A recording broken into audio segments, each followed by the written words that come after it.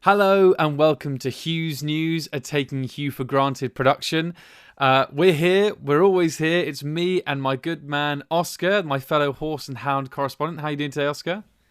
I'm doing very well, Diggs. I'm doing very well. It's a cloudy, grey November day, but your face always cheers me up. Oh, Oscar, stop it. And you can see my face today because we're also on YouTube. Usually we're part of Taking Hugh for Granted, a podcast which watches and reviews all of Hugh Grant's output. So hello there, Hugh Grant fans. You found us. And sometimes on Hugh's News, we keep you up to date with all the Hugh Grant news, any tweets that he's done, any announcements of any new shows that he's doing. And today we're going to talk about episodes 4 and 5 of The Undoing. And also, just before that though, Hugh Grant's appearance in a couple of late night TV shows, namely Stephen Colbert, Seth Meyers, Graham Norton. Have you enjoyed having Hugh Grant back on our screens, Oscar? Of course, Diggory. I mean, he seems to be, every time I open up YouTube, I have, you know how you have recommended. I get about 6 different Hugh Grant recommendations, and I've been plowing through them. I watched the Graham Norton show on Friday evening. I have to say, Hugh is at his best grumpy self, isn't he, on these TV shows? He does not give a shit anymore about what other people think about him. No, he really doesn't.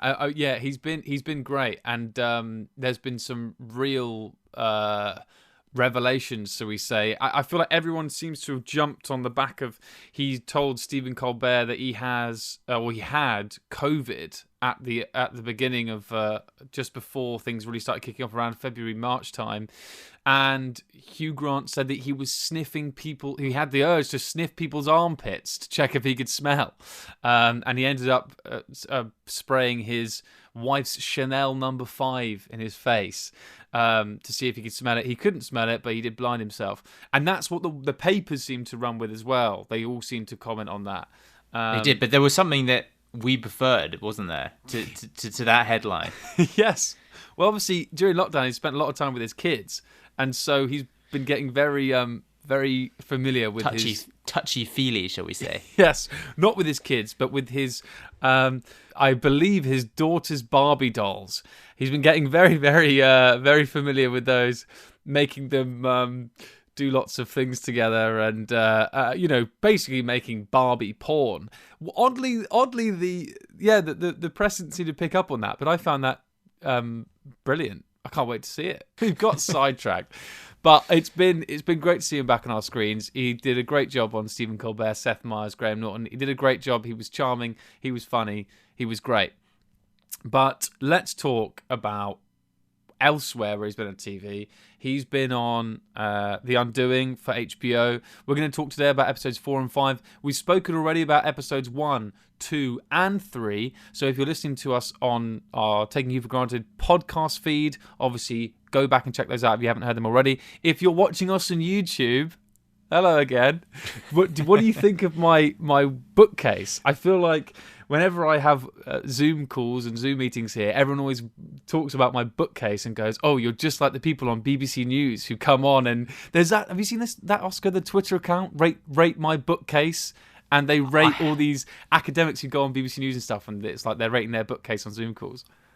I haven't seen it. I mean, the big difference here, Diggory, is that most academics who have the bookcase, they probably read most of the books on the bookcase. I reckon you've read about one of all those books over there. Well, obviously, we all know the one I've read. I'm going to get it out once again. I've read Hugh, the unofficial and unauthorized biography of Hugh Grant by Dan Whitehead. So thanks again, Dan, for writing that fantastic book.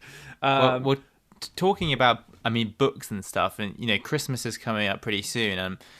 I'm planning it. I'm this week I've been sort of thinking about Christmas presents, and you're definitely on the list, Diggory. Oh. This, what kind of Hugh memorabilia can I come up with for Christmas? Well, my siblings have been asking me, "What do you want?" And I really can't look beyond a Hugh Grant cutout. I really would like a life-size Hugh Grant cutout, but I don't know how to say to them, guys, can you? Because they're quite expensive. Cardboard 3D cutouts. printer. Oh my god! Imagine a 3D. You know, I know a guy with a 3D printer, and he bought it as a hobby, and I was like, "Isn't that expensive?" And he was like, "Yeah," but he said if he needs to like if he's lost a nut or a bolt, let's say on like an oven or some sort of mechanical appliance, he doesn't go out and buy the nut or bolt to replace it. He fucking 3D prints it. Which is actually really cool, but really nerdy as well. Anyway. Let's talk about the matter of hand here, let's talk about the matter at hand.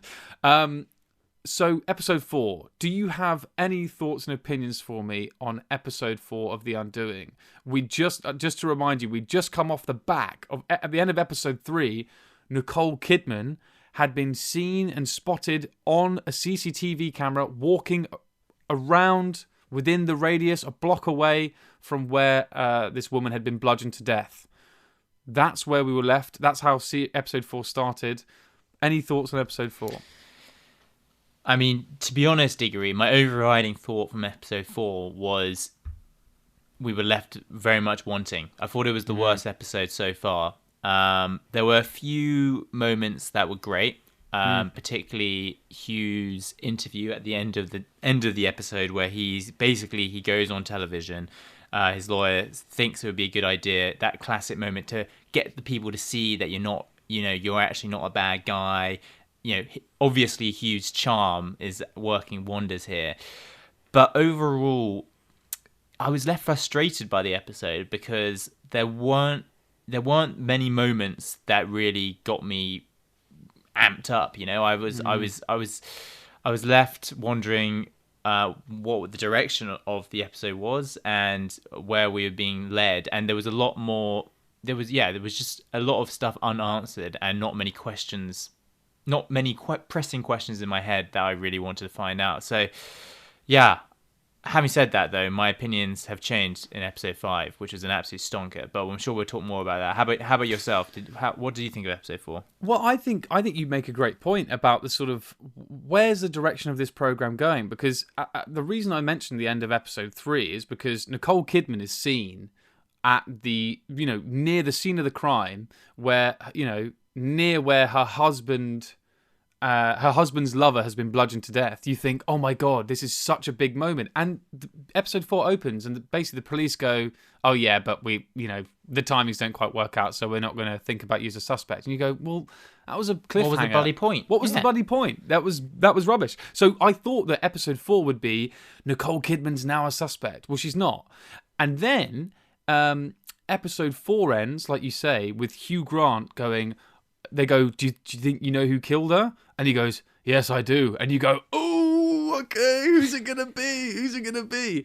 And episode 5 starts, and there's no talk really about who it's going to be. I thought that was leading to episode 5 being all about how Nicole... I think he thinks Nicole did it. What do you think? I thought that was what that was. That was exactly... I mean, I think most people, that was the logical conclusion, and that was what I was waiting for. And I was actually really looking forward to that as well, just because the whole series has been focused on Nicole breathing heavily and Nicole staring into the distance at something, or crying. So it's all about her and all in her head. So I was expecting suddenly this moment where Hugh turns on Nicole and all the focus is on her and it all just comes crumbling down.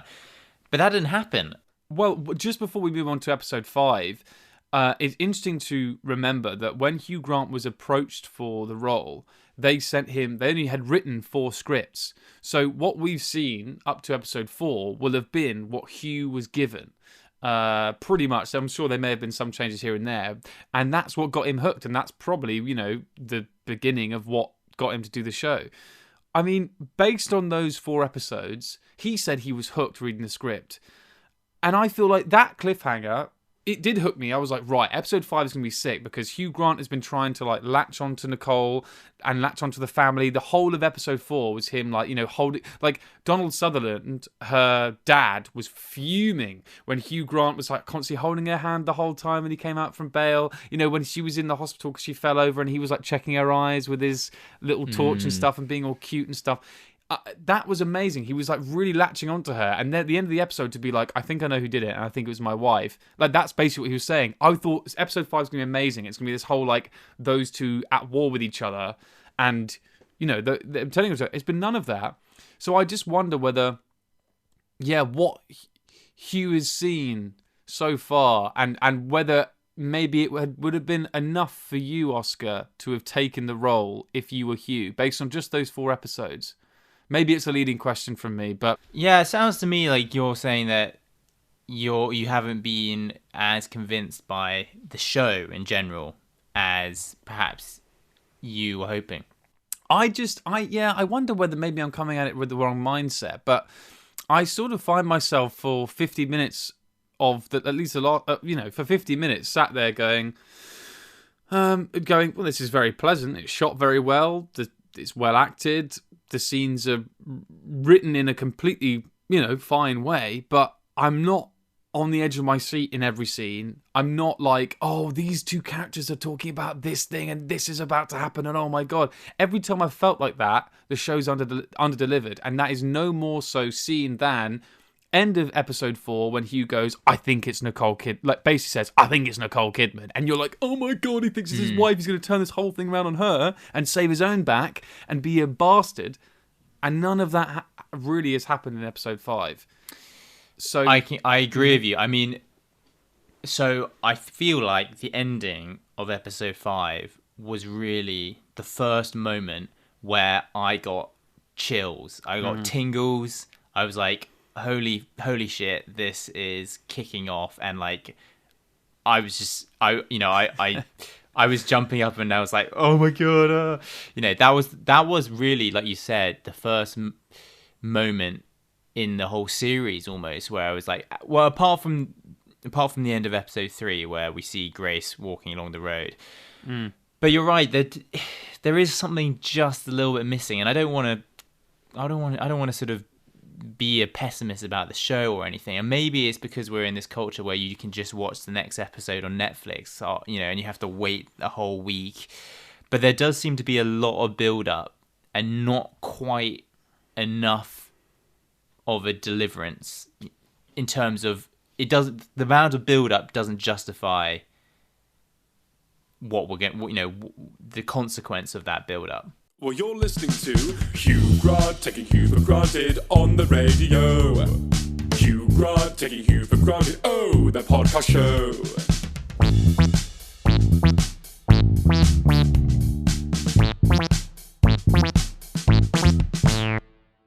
But let's talk then. I think there's 2 things in episode 5 that we want to talk about. And obviously we'll talk about the ending, which we've sort of referenced a lot. But there's another big moment. Hugh has, I think it was episode 1 or 2, Henry, speaking of Henry, really wants a dog. And Nicole Kidman has been like, look, the reason we can't get a dog is Hugh Grant accidentally was looking after the dog. It ran away. It got run over. And he's now doesn't want to have a dog anymore. It's a real childhood trauma that's really fucked him up. And this all comes to a head. And Nicole's like, I told Noah about it. Noah Jupe, aka Henry. And Hugh's like, I didn't tell you the truth. It wasn't the family dog. It was my fucking sister that died under my watch. What did you think of that? Because you said, what did you think of that? I mean, it came out of nowhere, really. I mean, the main message, I guess, of that is the proof that Hugh's character is just he's spinning lies left, right, and center. He cannot be trusted, and he puts on this brilliant act. And I think actually that moment was perhaps some of his best acting in the entire series so far, where he's sort of crying, he can barely talk, and I was like, this is some Academy Award stuff here. But yeah, and then we find out from Nicole into like chats with Hugh's mum, who Hugh hasn't spoken to his parents in years, and Hugh's mum is basically like, he didn't have any grief, he didn't feel any guilt, and it was his fault that the daughter died, which is a little bit strong that maybe it wasn't his fault.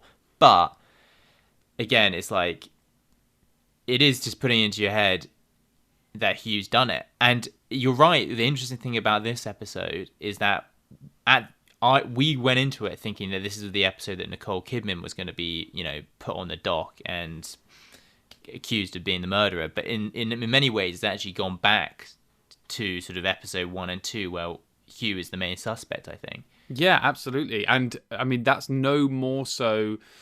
There's so many things there that I want to pick you up on, and I'll pick you up on one because it's very interesting what you said. Hugh can't be trusted, and he's spinning a web of web of lies. I mean, at this point, do you think that?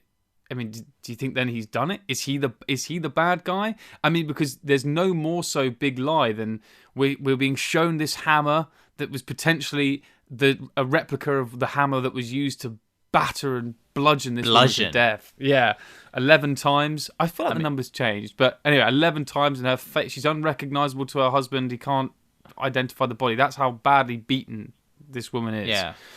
And, well, at the end of the episode, Nicole Kidman, what the fuck? Why was she in there? Oh, yeah, she was tidying up Henry's room, right? Something like that? Tidying up Henry's room, yeah. Quickly, sort of, we get a nice little shot of Hugh Grant in his North Face jacket for the 5th episode in a row. He's beady-eyed amongst you. And then, sort of rummaging through his stuff. And then she goes into the wardrobe, picks out the violin case, opens the violin case, and what do we find inside, Diggs? A replica of the hammer, potentially the murder weapon. Oh my. and then their eyes. Nicole has got. This is the ultimate stare of hers. So there's many stares in this series of her just like looking. But she looks at Noah, and Noah's like in his bed, Henry, and he's like, and then suddenly he opens his eyes, and it's just like, ah, yeah, because he's been asleep, and then suddenly just at the right moment, he opens his eyes, and they're just like giving each other this like owl stare. Yeah. I have to comment, I can't not at this point as well. Nicole Kidman, I do feel bad for her because she's a brilliant actor and all these things, but because of the plastic surgery she's had, her acting range is slightly narrowed in that she can't furrow her brow really. She has no up that her forehead doesn't move. So in this moments like that where she's trying to show some emotion, all she can do is just widen her eyes because everything else is completely static and still. And I think if you watch this TV program and notice that, it really is quite off-putting because you have to just sort of guess at what's going on with their face. Anyway, I feel like an arsehole for saying that, but anyway, that was you another... are an arsehole, Digger. You are. I know, but that was a great moment for it because her and her son were pulling the same face, just staring at each other like that. But what do you think about that then? I mean, now's the time to ask you, do you think that is incriminating enough for Hugh? And if not, who do you think has done it? Because episode 6 is next episode. There's a lot of questions running through your brain, isn't there? Firstly, how is the child implicated? Has Hugh because it's clear that Henry he adores his dad. Like he's got tunnel vision for how great Hugh is, which like we all do. That's why we love Noah Jupe on this podcast. Noah Jupe's a big lad. I love that guy. So yeah, is the kid incriminated here? Has Hugh basically gone, look, kid, I got this weapon, and you're not going to tell anyone about it? Maybe has Hugh planted it? Possibly.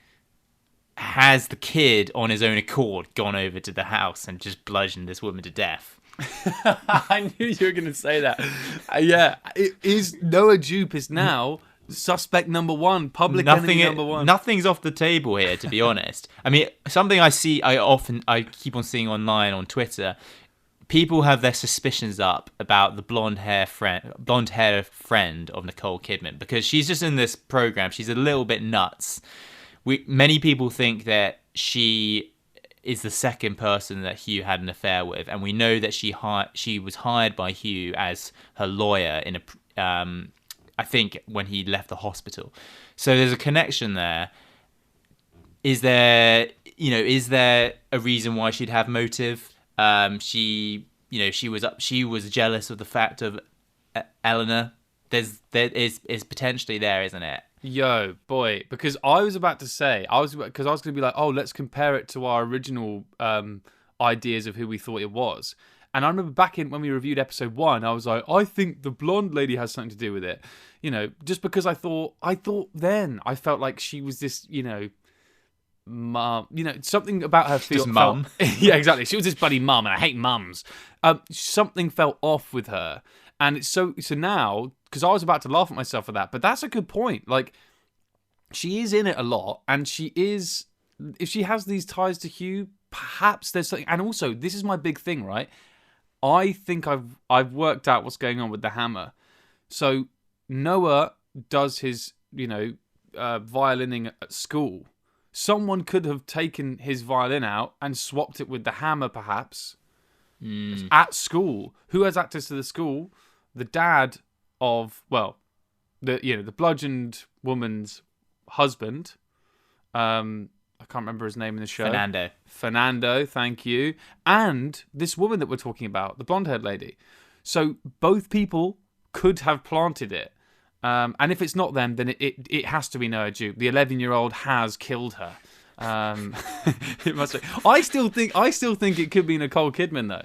Look over there. Hugh Grant's in a Pret. Look over there. He's holding a baguette. I do have to put you on the spot, Oscar. I need you to give me a name. Right here, right now, you need to give me a name.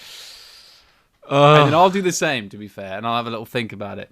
I think, because I want us both to, look, we want to play it safe, but I think we both need to put our money where our mouth is and give who we think it's going to be now, and then we can see next episode if we're right. You know what? For some reason, I still want to just stick with the grandpa. I don't. Really? I think he's got less and less implicated now, and I know that's the case. But I think he's just in the wings there, and he's a weird dude. He's way too rich. He's a cocksucker, as he keeps on saying in the show. Yeah, which is weird. yeah. So I'm going to stick with my guns from episode 1. Sticking with my guns. I love How about that. you? Well, tell me now. Do you know what? I was because even with my theories about who has access to the school to swap the hammer out, whatever, it's either I don't think it's the husband, and I don't think. So for me, it's either Nicole Kidman or the blonde lady.